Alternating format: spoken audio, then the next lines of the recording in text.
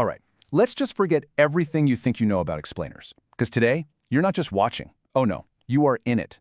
We're dropping you right now into a simulation, a high-stakes test of one simple thing, your will to survive. This isn't some boring theory. This is all about action. So picture this. The zombie apocalypse, it's here, right now. An alarm is just screaming through the air. You hear these sounds outside, and the world you knew just, well, it's gone. Poof. You've got exactly 17 minutes. That's it. No time to prepare, no do-overs. So let's be real. Could you actually do it? Could you get out alive? And just so we're clear, the clock, it's already ticking. Your mission starts now. 17. Just 17 minutes. That's the entire window you have. It's really not a lot of time to escape the end of the world, is it? So think of that number, 17, as your enemy. Every single second you waste, every moment you hesitate, it's gone forever. We have to make every single one count. Okay, so here's the goal. It's pretty straightforward on paper. There's a designated safe zone just a few blocks from where you are. All you have to do is get there. But, and this is a big but, you have to make it before that 17-minute timer hits 0. If you don't, the whole area gets completely overrun. Simple objective, right? Yeah, the execution, that's going to be a whole different story. All right, let's break this down. We're in the first 5 minutes. This is all about assessing the situation and preparing. Seriously, everything you do right now, inside, before you even think about opening that door, well, it's going to decide if you even stand a chance. Okay, you peek out the window. Yep, they're already out there, shambling around. That alarm is just this constant, deafening shriek in your ears. You can feel the panic starting to bubble up. So, right here, in all this chaos, what is your very first move? Don't just, flail around. Think. What's the smartest thing to do? Okay, you want to survive these first few moments? Here's the playbook. Step 1. Barricade that door. Now, shove a heavy couch, a desk, whatever you've got, against it. Buy yourself some time. Next up, you need a weapon. And I'm not talking about what you see in the movies. Get practical. A heavy frying pan, a hammer from the toolbox, a crowbar, perfect. Something for defense, but also for utility. And finally, you got to pack that go-back, and you have got to be fast about it. Now remember, this is not about surviving for weeks in the wilderness. This is a 17-minute sprint. That means you pack only the absolute essentials. So what's in the bag? A water bottle, an energy bar, a small first aid kit, just in case, a flashlight, because you never know, and a sturdy multi-tool. That thing might just be your best friend. Seriously, leave the photo albums behind. Speed is everything right now. Okay, 5 minutes are gone. You're outside. And wow, the world is not what it was 5 minutes ago. This next phase, the next 7 minutes, this is the longest and most dangerous part.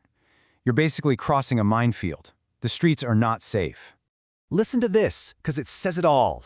The loudest sound in this new world isn't the dead, it's the living. Think about that. Your biggest enemy out there isn't just the zombies, it's the noise you make. Setting off a car alarm, smashing a window, even shouting for help, you might as well be ringing a dinner bell. Out here, being quiet, that's your superpower. So this brings you to your first huge choice out on the street. You've got 2 options. Option 1, the loud and fast route, the main road. It's the quickest way for sure, but it is wide open and just crawling with them. Option 2, the quiet and slow route, the back alleys. Yeah, it'll take you longer, it's more confusing, but you've got way more cover. The clock is ticking. What do? What's the call? And let me tell you, this time is gonna fly by. Like, the first minute, that's just gone getting out of the building.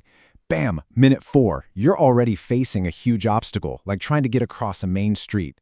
If you play your cards right, maybe, just maybe, you're at the halfway point by the time this 7-minute chunk is over. But there is 0 room for error, not a single mistake. All right, this is it. The final 5 minutes. The end game. You can literally see the safe zone. You're so close. But whatever you do, do not get comfortable. Because the final stretch, it's always, always the most dangerous part. This is it. Down to the wire.